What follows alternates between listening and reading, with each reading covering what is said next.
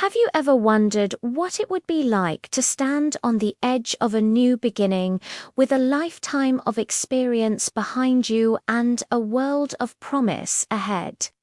That's exactly where the book of Deuteronomy places us.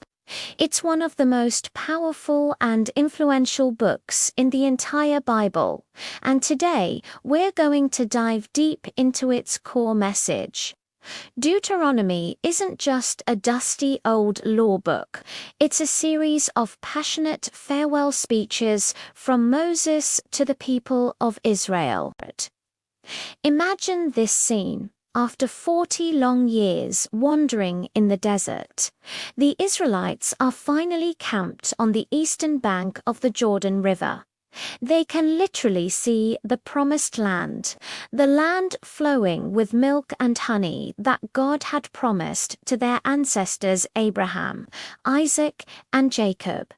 But Moses, their leader, who has been with them through everything the plagues in Egypt, the parting of the Red Sea, the receiving of the 10 Commandments, he isn't going to cross over with them. He's about 120 years old, and his time is coming to an end. So, with all the wisdom and love of a father speaking to his children, he gathers the entire nation for one last epic sermon. The name Deuteronomy itself means second law, but it's not a new law. It's a repetition, a retelling, and a re-explanation of the law God gave them at Mount Sinai 40 years earlier. Why the repeat? Well, think about who Moses is talking to. The generation that originally received the law, the ones who witnessed the miracles at Sinai, they've mostly passed away in the wilderness because of their disobedience. The people standing before Moses now are their children, a new generation. They were either infants or not even born when the 10 Commandments were given. They need to hear the story for themselves. They need to understand their history, their identity, and their purpose as God's chosen people. Moses is essentially saying, listen up. Don't make the same mistakes your parents did. Remember what God has done for you, understand His commands, and choose to follow Him with all your heart. So, the book is structured like an ancient treaty between a king and his people.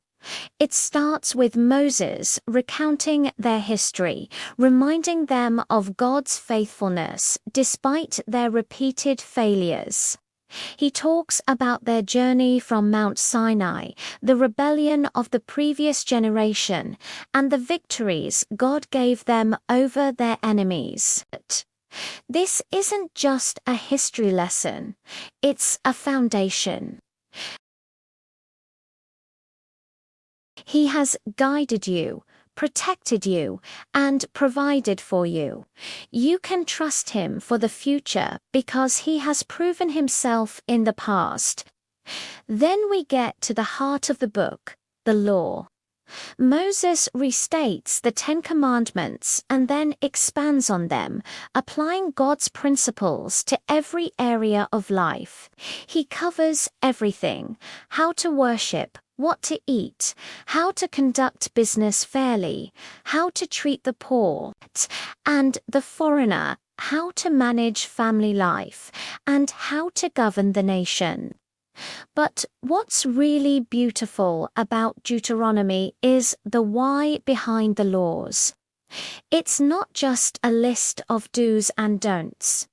Over and over again, Moses connects the commands to God's character and His love for them. He says things like, "Be just, because the Lord your God is a God of justice," or "Care for the orphan and the widow, because you were once slaves in Egypt, and God rescued you." The law isn't a burden to weigh them down. It's a gift designed to help them flourish as a community and reflect God's goodness to the world around them. It begins, "Hear, O Israel, the Lord our God, the Lord is one. You shall love the Lord your God with all your heart and with all your soul and with all your might."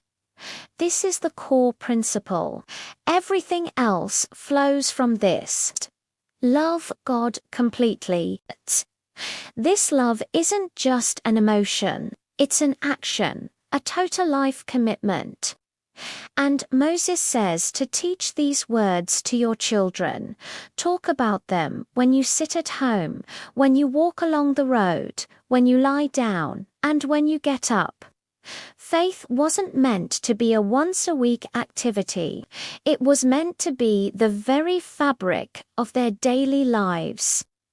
After explaining the law, Moses lays out the consequences of their choices. This section is often called the blessings and the curses. It's a powerful and dramatic moment. He tells the people, "See, I set before you today life and good, death and evil.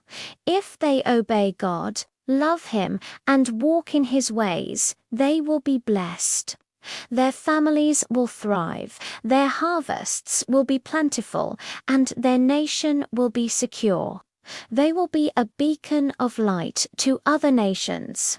But if they turn away from God, forget His goodness, and worship other idols, then disaster will follow. The very blessings they were promised would be taken away." This isn't God being a cosmic killjoy. It's the natural consequence of walking away from the source of all life and goodness. Moses is pleading with them, with all the passion in his heart, choose life, so that you and your children may live. The choice is theirs. God doesn't force their obedience. He invites them into a relationship of love and trust. As the book draws to a close, the tone becomes even more personal and emotional. He writes a song of witness that will remind future generations of God's covenant with them. And then, in one of the most moving scenes in the Bible, Moses climbs Mount Nebo. From the top, God shows him the entire promised land. He sees the future home of his people, the culmination of his life's work. But, as we said, he doesn't get to enter. He dies there on the mountain, and the Bible says God Himself buried him in a secret place. The book ends with a beautiful tribute to Moses, saying, "And there has not arisen a prophet since in Israel like Moses, whom the Lord knew face to face." So, what does Deuteronomy mean for us today, thousands of years later? Its message is timeless. First, it's a powerful reminder to remember. Remember what God has done in your life. Remember His faithfulness, His grace, and His guidance. Our past experiences with God build our faith for the future. Second, it calls us to a whole life commitment. Just like the Shema says, we are called to love God with all our heart, soul, and might. Our faith shouldn't be compartmentalized. It should influence our work, our relationships, our finances, and our entertainment. It should be the center of our entire existence. Third, Deuteronomy teaches us that our choices have consequences. The principle of blessings for obedience and curses for disobedience still holds true.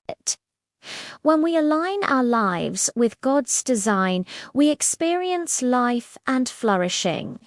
When we walk away from Him, we walk into brokenness and decay. The call to choose life echoes down through the centuries and speaks directly to us today. And finally, Deuteronomy points us to Jesus. Jesus himself quoted from Deuteronomy, saying more than any other book when he was tempted by Satan in the wilderness. He used its words to define his own mission. He is the ultimate fulfillment of the law. He is the prophet greater than Moses. And he is the one who, through his life, death, and resurrection, makes it possible for us to truly love God with all our hearts. He takes our stony hearts of disobedience and gives us new hearts that desire to follow Him. Deuteronomy is not just a conclusion to Israel's wilderness journey, it's a beginning. It's a blueprint for a life of faith, a call to remember the past, live faithfully in the present, and step boldly into the future God has prepared. It's a challenge to every generation to hear the story for themselves and to make their own choice to choose life. Thank you so much for journeying through this incredible book with me today. I hope it's inspired you to dig deeper into its pages. If you enjoyed this video, please give it a thumbs up. And don't forget to subscribe for more deep dives into the stories and messages of the Bible. See you in the next one.